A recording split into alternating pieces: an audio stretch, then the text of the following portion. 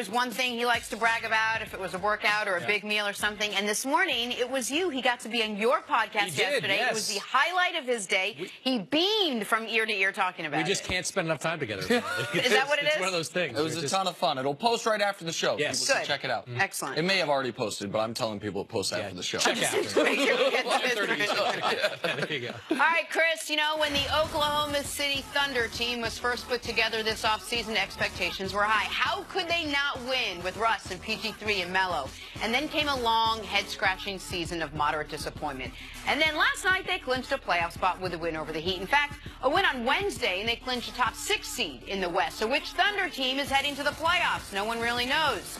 Chris Mannix, how dangerous are the Thunder to those two big teams in the West, the Rockets and the Warriors? I tell you what, I was rooting pretty hard for the Heat last night because nobody wanted the 2-7 matchup with Oklahoma City and Golden State more than I did, because that would have been the most intriguing and fascinating first-round matchup. That being said, Oklahoma City is by far and away the most dangerous team in the bottom half of the playoff bracket. I mean, to some degree, they've underachieved offensively this year. If they can get it together, they're as dangerous as they get. They're far more dangerous, though, in my opinion, to Golden State than they are to Houston, just because of the natural hatred factor that exists between Oklahoma City and the Golden State Warriors, plus the matchups there. You know, Steph Curry, what does he look like when he comes back? Is it going to be Quinn Cook versus Russell Westbrook? Paul George, even though they missed something with Andre Roberson out of the lineup, he can defend Kevin Durant at a decent level. If you look at the numbers for Oklahoma City, they're pretty good against Golden State. That's the matchup I'd love to see in the second round, and the most dangerous one for Golden State. And just to clarify, in case people don't understand why Mannix was rooting for Miami last night, if Miami had beaten Oklahoma City last night, then we would be in line for that 2-7 matchup. Now, the only way we get OKC Golden State in the first round is if OKC loses to a terrible Memphis team that the Grizzlies and some other help. So that's why that game was relevant to you. Yeah, one thing we have to be careful about, we know about OKC, but the difference between 3 and 8 in the Western Conference is 2 games. So you talk about, man, the 4 to 5, with these matchups, the second round. Yes, we would have loved to see OKC in that 7 spot, because what it brings to the playoffs. The reason why we think this year for Golden State was going to be their toughest year, toughest run to a championship, was because how in the 3 previous ones, they blew through the playoffs. Nick, it's well documented what their playoff record was, but if you could match them up with someone with the hatred, just the personal vendetta, KD, Russ, OKC, the crowd, the home court advantage that they have at OKC, because I believe that plays a big difference. The wear and tear, not only physically, but mentally, that it would have on Golden State. Like, I believe also that Golden State, it would get their full attention. If they get someone else in the first round, now we know they've been sleepwalking the last 10 or 15 games, but Russ and OKC, it would get the champs undivided attention, realizing that this is the first time that we could actually lose in the first round. And so the point is, they are likely now probably going to get the Spurs or the Pelicans or Golden State in the first round. There's some other machination, those most likely outcomes. And I think most people believe, even without Steph, Golden State with home court advantage, a rested Golden State would be heavy favorites against the Spurs or the Pelicans, especially with San Antonio now that we know Kawhi isn't coming back. But this is the most important playoff series this is the most important playoff series the Oklahoma City Thunder have played, I would argue, certainly since the Western Conference Finals against the Warriors. But you could make something of an argument since the NBA Finals against the Heat, because what it means, whomever they're playing, for the trajectory of this franchise, if they lose in the first round. They've got 47 wins. They got 47 wins last year. They got to the first round last year. If they have the same result this year as last year, and then all of a sudden players around the league, most notably Paul George, but all the other pending free agents in upcoming seasons, Klay Thompson a year from now, Boogie Cousins this offseason, whomever it is, say, well, maybe the method of Russ being the best player on a team just isn't going to be a successful one. That it's got a very high floor, but also a low ceiling. And what that means, like, Russ is relevant and will always be relevant in this league as an individual star.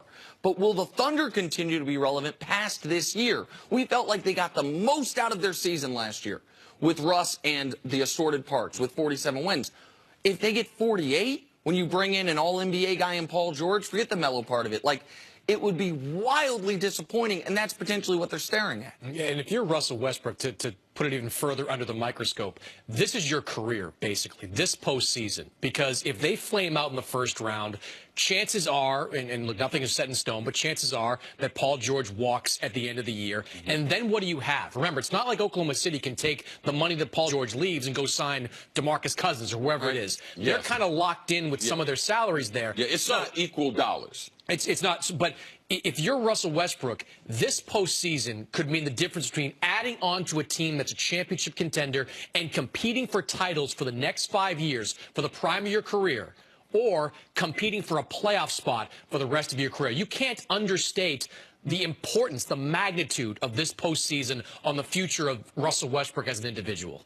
Especially when you consider he's locked in there. He's locked in. That's what I'm saying. Like, he's not going to go. And look, one thing I can say this about, you know, Russell Westbrook and Oklahoma City have a great relationship. So if it's not going well in year 2 and year 3, and Russell's like, you know, maybe trading me is the best for both things, I can see them moving Russell Westbrook at some point. But for him in Oklahoma City, this is it. This right here, this postseason is going to determine how his career plays out in OKC. You keep talking about how hot this team could be, how good this team can be, how dangerous this team is among the bottom 3 or 4 in the West.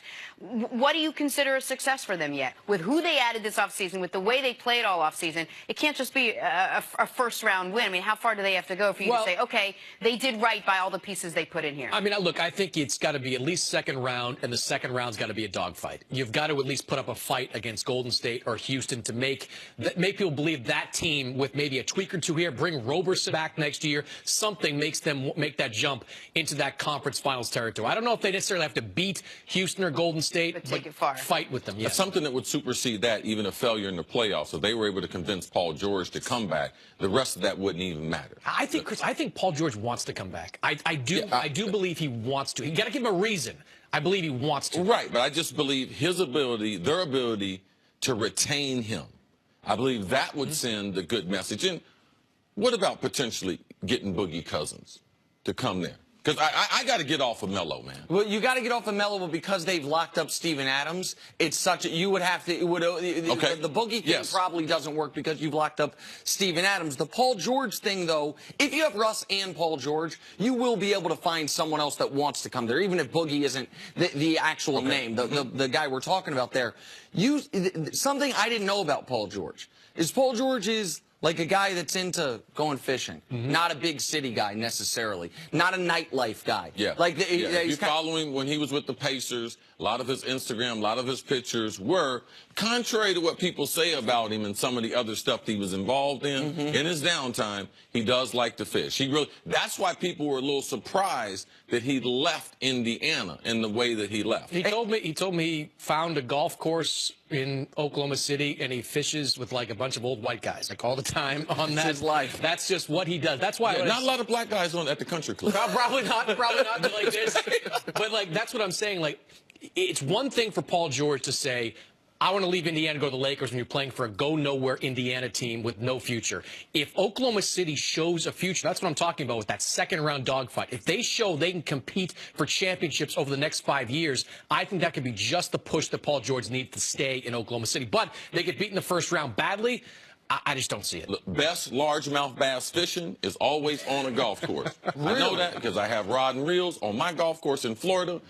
He sets up a chair. He sets up a chair there. Absolutely. That's what he does. Yes. Best largemouth bass is on a golf course because the fertilizer that comes out of the grass gets into the water, and not a lot of people there fishing. Okay. Yeah, man. I know some things. I've been on this earth a while. Learn something new. I just want to say largemouth bass, so I could say it one time on the show in the course of my entire contract. Now, Jenna, somehow work that into no doubt. being inappropriate or something like that. Welcome. Largemouth bass. Coming up is Pat Riley recruiting LeBron to Miami. Don't go anywhere, Chris. Stay with us. That's next on First Things First. I still use those bobbers, man. I still I don't know. No, you can't catch it. You have to have the